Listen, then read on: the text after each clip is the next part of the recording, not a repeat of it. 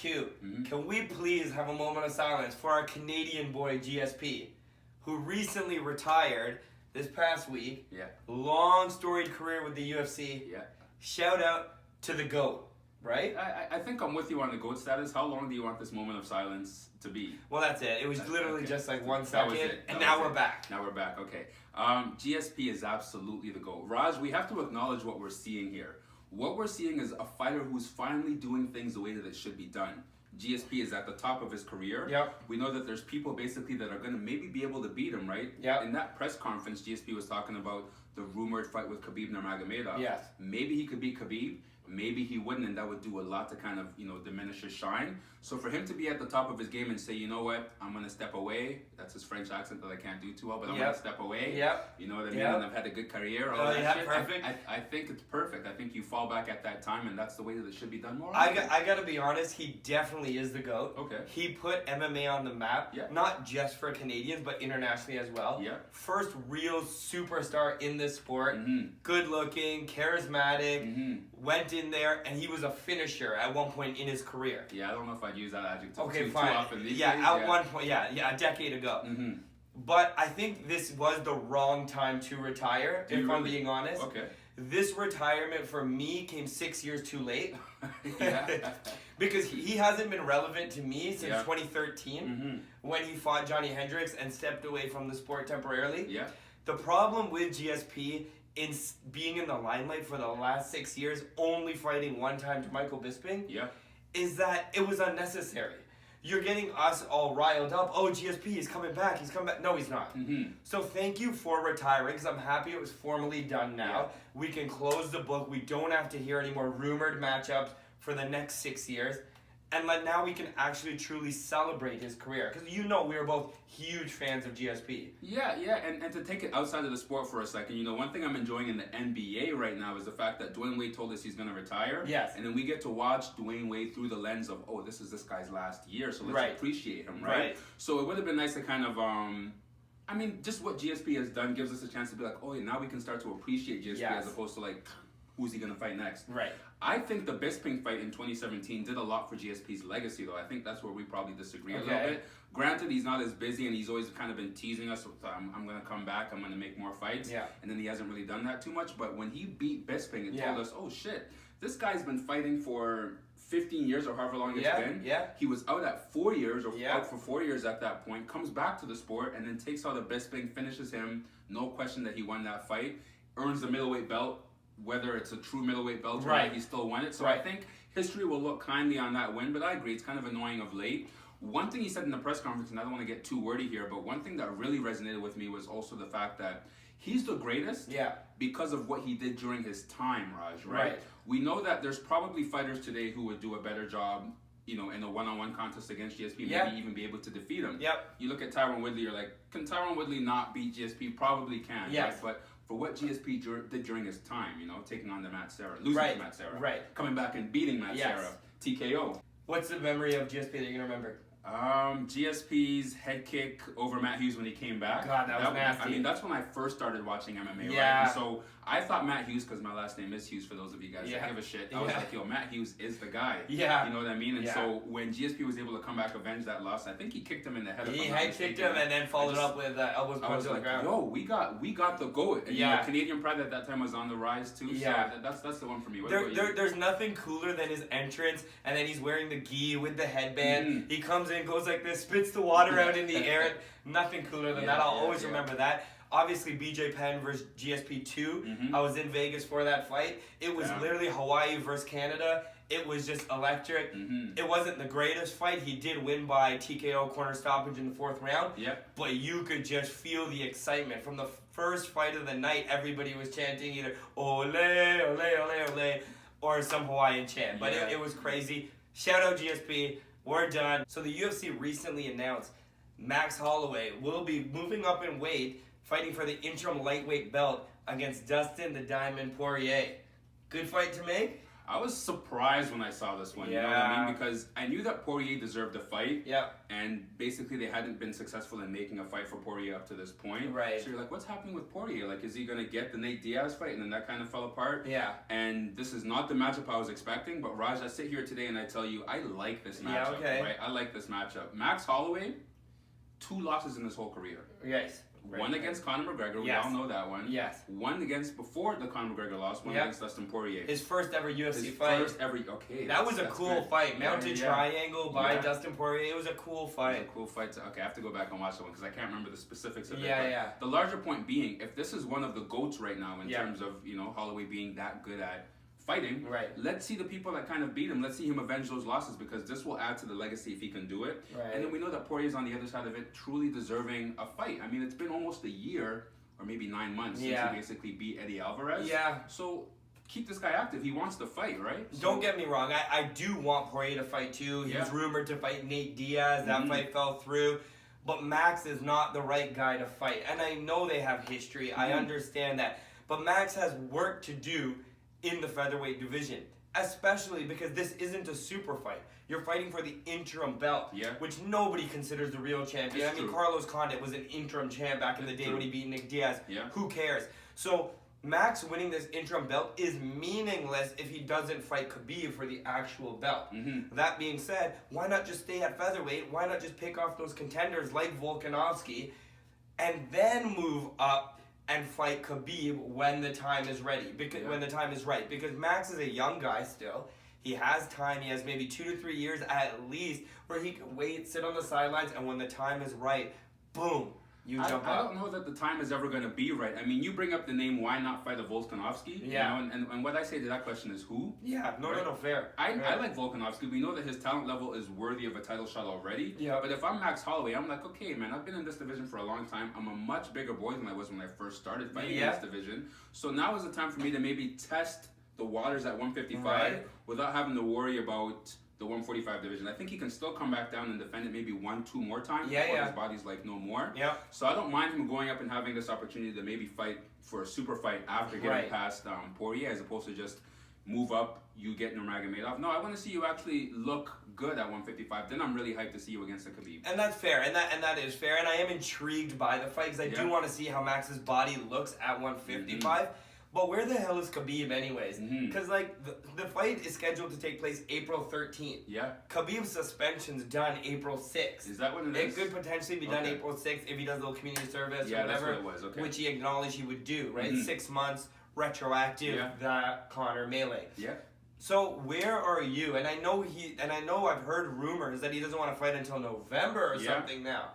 If that's the case, forget the interim. Just strip Khabib and give these guys the real shot. Because the fighters that are active, they're the ones that deserve the belt around their waist. And this, I mean, I agree with you on the whole on that point, but the unfortunate thing is that the only reason why Khabib has been out this long, at least in theory, is because of the ridiculous suspension that the NYAC, New York State Athletic Commission, threw at him. 9 months, $500K fine for that little melee after the Conor fight.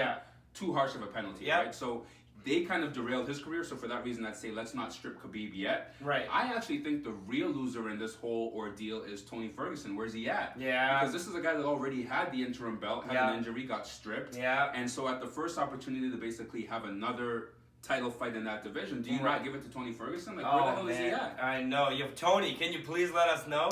We'll report on it for you. Either way, who do you got in the fight? Dustin or Max? Early prediction. I'm going Max Holloway. I think Dustin Poirier has done a lot to impress me in these last couple of years. Every single fight he basically went up against in the last few years. The Justin Gaethje. The Eddie Alvarez. The Anthony Pettis. All those fights I was like, I don't know if I trust Poirier in this fight. And every single time he comes through with the TKO and shows me that, oh shit, I'm really that guy. But when we talk about Max Holloway, Raj, we're talking about literally one of the most talented fighters in the whole UFC. Especially at 155. He's the bigger fighter already in that weight class. It's going to be a tough challenge, but I got Holloway all day. I got Holloway winning that fight too. Even if they trade in the pocket, I trust Holloway's chin more than Dustin's chin. The movement, the kicks, the speed, his boxing's good. Fight's going to be contested on the feet. Blessed wins the interim. Blessed the featherweight champion. We're out. I think that's it. Our boy, Israel Adesanya, has been booked once again for an interim fight in that middleweight division against Kelvin Gastelum, since Robert's going to be out. You're not having no problem with that. Nah, man, no problems Not at all. Right? Because listen, Whitaker's sidelined for an extended period of time. Good luck, heal well, we'll see you when you're back. This is where the interim title makes sense. Finally. Where somebody's injured, you know, out of their control, they want to be in there, they can't make it. Sorry, but we need to move on.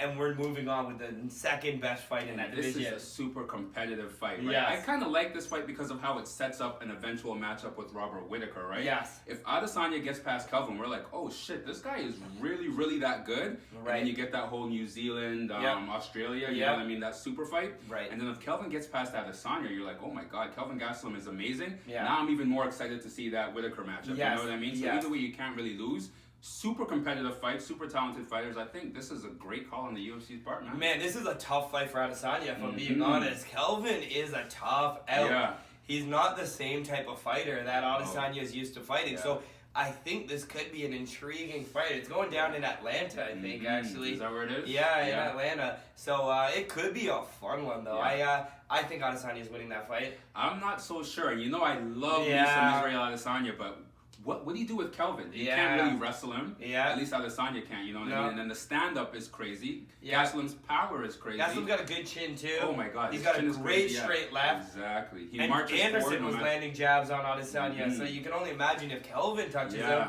he might go wobbly. This is a fight that, like, I think we're really going to see Adesanya get tested, and we're going to really find out if he's the next one at middleweight. So, But the true winner definitely deserves a shot at Robert, and that's kind of what we want, so we're happy about this one. All day. Finally, we're getting to some previews for this weekend. Let's go. UFC 235. It goes down in Vegas this Saturday. We got some fights. Let's talk about that main event a little bit here. John Jones versus Anthony Lionheart Smith. My question to you, though, and to the white belts. Okay. Has John Jones ruined the light heavyweight division? Raj, every week I come in here and every week we chat. And every week you ask me questions. I gotta say this is by far one of the worst questions you've asked me to date. Okay. Has John Jones ruined the light heavyweight division? That's what I asked you. How ridiculous is that question? I mean, you have John Jones who's done nothing. Okay, he has some transgressions with the whole steroid allegations. And all that, Greatness. Yes. Greatness. Yes. Greatness. Yes. And then as a result of all this greatness that he's amassed in terms of performances in the last little bit, dismantling Gustafsson, just a couple months ago? Right. What we're going to do is say he's ruining the division. That's my question. By being great, all you're doing is being great. The outcome, has nothing to do with what... He's not ruining the division is the short of what I'm trying to say. He's doing everything to make that division better. Okay. It's just that no one else is stepping up to basically be his, you know what I mean? Yeah, his adversary. His adversary, so. Listen, and I agree with most of what you said, and to be honest, I think you almost answered the question in that he did ruin the division, in that his greatness, the outcome of his greatness, has caused everybody behind him to be so far below his level that it unfortunately, inevitably ruined the division. I mean, when you do look at the light heavyweight rankings, when you do look at the light heavyweight roster, who is his equal? Because this past weekend, we saw Thiago Santos with a dominant victory against Jan Blachowicz. Then he said he's now going to fly over to Vegas to watch this fight against Lionheart versus Jones so he can contend for that next shot. Do you want to see that shot? No. Do I want to see Lionheart Smith versus John Jones minus 1,200 plus 700? No. Raj, all that means to me is that now these guys in that light heavyweight division, they have to do more to earn that title shot against John Jones. I think this upcoming matchup that we're about to see with Anthony Smith and John Jones, you could say that John Jones is doing charity work in this fight, right? As much as he's a bad guy, this is a charitable fight and giving Anthony Smith an opportunity to fight him. You know what I mean? With everything he's done in his career, a fighter like Anthony Smith, who most people agree, I mean, look at the odds, Raj. Minus 1,200. These are boxing odds. You know, this isn't MMA odds anymore. So when it's that much of a gap in talent, I think that these guys, it's on them now to do more. If I had it my way, it would have been Smith against Santos. Obviously, that's hindsight being 2020, but that would have been the fight to make to see, now do you guys deserve a shot against Jones as opposed to what we have going on. But the short version is these guys have to do more to catch up to Jones. I see what you're saying. I'm kind of saying the same thing in a different way, but they got to do more to catch up to Jones, and it's not the reverse. We're not going to use this to take any shine away from my boy John Jones. I'm just not going to stand for it. In the co-main event of UFC 235, Kamaru Usman is going to contend for the welterweight strap against the now champ Tyron T. Woodley. Man, are these two mirror images of each other? Bro, it's like the same fighter fighting the exact same fighter. I mean, everything that Kamaru does, Tyron Woodley does, and I would argue maybe a little bit better. Right. Wrestling a little bit better with Tyron. Yes. Strength a little bit better with Tyron. Yeah. Physique overall a little bit better with Tyron. I mean, he looks good. He looks good without a shirt. So I think this is going to be a really compelling matchup. Is that can Tyron actually beat himself as opposed to his last fights where he's fought a Wonder Boy, completely different style. Until completely different style. It makes it compelling for me. What do you think? Man, it's exciting. It's exciting because they're the prototypical fighter body. It almost seems like now, right? Yeah. Where they're strong, a little bit heavily muscular, but strong legs, amazing wrestling, good hands, great cardio. They're both exciting fighters. Yeah. I think T. Wood does a little bit of everything better. I do agree with you. I think in this fight, the fun part about it is he's going to let those hands fly. He's just going to throw them because he knows that Kamaru probably doesn't have the knockout power to really put him down. The interesting part about it, too, is that you got Colby Covington waiting on the sidelines right now. And I know we touched on this, and you have your whole theory going on about how he wins the big lottery here. And whoever wins this matchup, I mean, we both got Tyron Woodley, but the real winner is Colby Covington. I don't know if I'm buying this whole, the UFC is not giving me a title fight and I'm ready, the argument that Colby's been making in recent months. I think he's actually benefiting hugely, right? Yeah. Whoever wins, now Colby gets to fight one person. Right. For that undisputed. He just got the bye from the semifinal to the final. That's a good way to put it. And these two are going to fight it out. And then they're going to go for the real championship with Colby. Because Colby's walking around everywhere with that belt on his shoulders. And we know that in terms of selling fights, like him or hate him, Colby can sell those fights. For sure. So I feel like the UFC kind of wants him to win a little bit. And that's why maybe they're keeping him in the cut. Letting these two do battle and then, make things a little bit easier for Colby. That's just my theory. Man, UFC 235 is stacked. Because this being a co-main, sign me up. Yeah, all day, baby, all day. Raz, we've already talked about the top two fights on this UFC 235 card, right? Yep. We got the John Jones, Anthony Lionheart-Smith. Yep, that's a big one. Big one. We got the Tyron Woodley, Kamaru Usman. Which I think is even bigger. I don't know about all that, but also, fingerless. But the fight that I think is going under the radar a little bit is that Zabit Magomed-Sharipov fight. Ooh, that boy's against nasty. Jeremy Stephens, okay? Now, you guys don't know Zabit Magomed-Sharipov. I mean, one thing to know is that he's literally the most dynamic fighter in the UFC. Yes. In terms of mixing up stand-up techniques. Skinny guy, lanky oh my God. Throws every technique in the book. Exactly. And then you got Jeremy Stephens on the other hand. Just comes forward, throws power, and is always in a barn burner fight. Right? So if we had to describe this, obviously I'm hyped for the fight. You guys know this. But Raj, I'm kind of interested. I mean, if you had to describe this fight in a word, where are you going with it? That one word easily is fireworks. Fireworks. Because this fight is going to be explosive. I'm telling you, Zabit does not back down either. It's not like he's he's a technical fighter, but he's an aggressively technical fighter, which is the best for fans to watch, true fans of the sport. So definitely stay tuned for that fight. I think Zabit's going to fly through Jeremy Stephens, but Jeremy's going to throw bombs as well. So he's going to get clipped, and then in the end, Zabit's winning that. I'm going to give it a word right now, too, if you don't mind. I'm going to give it Fight of the Year. That's not a word. Okay. But I'm going to go with Fight of the Year because if you guys go back a couple fights, and I would encourage all you guys to go back, watch all of Zabit's fights because literally he's a ninja. Okay? But 2 fights ago, he took on a fighter named Kyle Bochniak. Yes. A relative unknown. Yes. And Bochniak just had the heart of a champion where even though he lost that fight decisively, he kept marching forward and basically kept bringing the fight to Zabit. Yeah. And we almost saw Zabit wither a little bit towards the end of that fight, I would argue. He got drained. He got tired, drained a little bit. man. He was like, damn, why is this guy not Bochniak was eating those shots and smiling. Coming forward and hands down, just making a fun fight of it. So that fight, or that fighter, rather, is the same type of fighter that Jeremy Stephens very is. true. He's coming forward, and unless you take him out of there, you are not going to get past Jeremy Stephens. This is a stiff test for Jeremy Stephens. Highest level of competition that Zabit's faced to date. Guys, I'm telling you, fireworks is right, but Fight of the Year is a little bit more definitely accurate. Fight of the night, at least. At the very minimum, Fight of the night. Zabit's had 4 fights in the UFC. 3 of those he's gotten performance bonuses. The only one he didn't, he actually had a knee bar submission in that event, but didn't get the performance bonus. So he could be 4 for 4 right now. Soon to be 5 for 5. 5 for 5, man. That's damn, I'll be watching that. You know what time it is. Another segment of Raj's Radar. My fighter today, Weili Zhang, hailing from China. China's first potential MMA superstar, and she fights in the strawweight division of the UFC. I'm high on Woodley because she is an aggressive fighter that constantly goes for the finish. She's 2-0 in the UFC and currently has a record of 18-1 overall MMA. Her 2 wins were super impressive too. First fight was against Danielle Taylor, who is a proven vet in MMA. She went in there, she dominated her, she beat her. The second fight was against a former champion in Jessica Aguilar, who's a pioneer of women's MMA, and she dismantled and dominated her pretty quickly in the first round, leaving her a bloody mess, finishing her by armbar. This fight upcoming is against Tecia Torres, who many of you know her name, so this could be Woodley's coming out party. The best part about this, it's on the main card of UFC 235, so if you're buying that pay-per-view, you're going to get to watch her compete. I expect her to really go in there, throw some heavy hands against Tecia, and potentially have a chance to put her away in the second or third round. So definitely watch her perform because she is a future contender in this strawweight division. It's better betting with Q and Raj. Isn't it Raj and Q? No, it's always been Q and Raj. Yeah. Q and Raj, baby. I got it. Mm-hmm. With Q and Raj.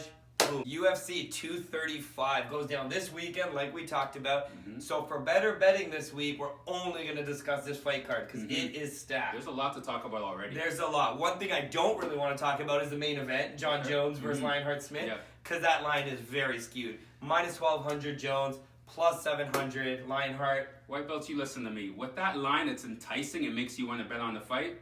Don't bet on that. John Jones at minus 1,200, like you have nothing. There's no money to make. You know what I mean? Yeah. And then Anthony Lionheart Smith at plus 800. Like it makes you want to bet, but it's not going to happen either.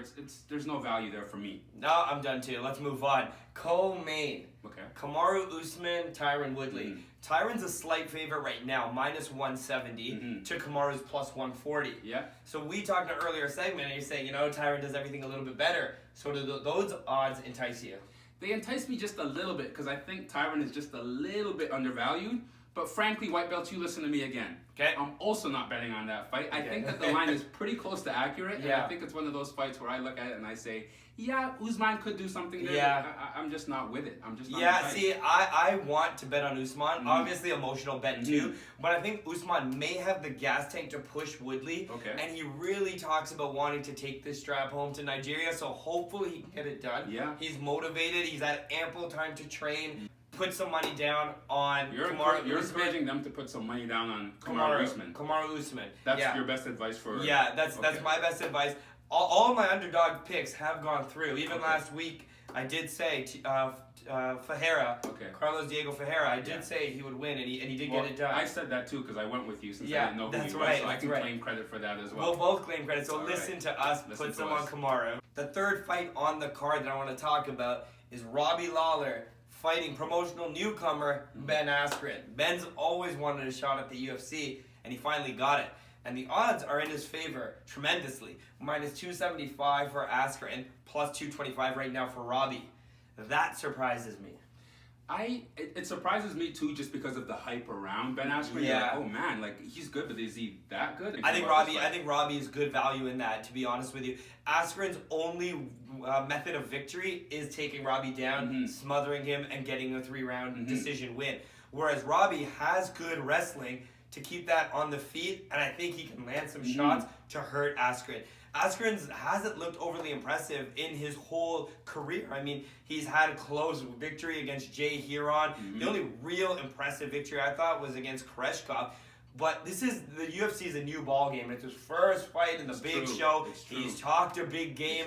But now when Robbie's standing across from you and Robbie isn't smiling and Robbie's ready for war, is Askren going to still be ready? I don't know. It's a good question. And quickly, I mean, I get concerned about Robbie because Robbie the dog, you're like, okay, this guy's in the fight every single time. Yeah. The Robbie Lawler I saw against RDA, I think that was his most recent fight. Yeah. That Robbie got manhandled by RDA, a smaller fighter. Right. You know what I mean? And he was able to kind of push the pace and control him in the clinch as well. Yeah. So if RDA is controlling you in the clinch, it makes me wonder about Askren. Yeah. But to your point, I mean, minus 275 plus 225. There might be something to do there. Yeah, I would check that line out for sure. Last fight I want to talk about with you, Q, is Pedro Munoz going in there against former champ Cody Garbrandt, who's on a 2-fight losing streak, both for the title, obviously, to TJ. Yeah.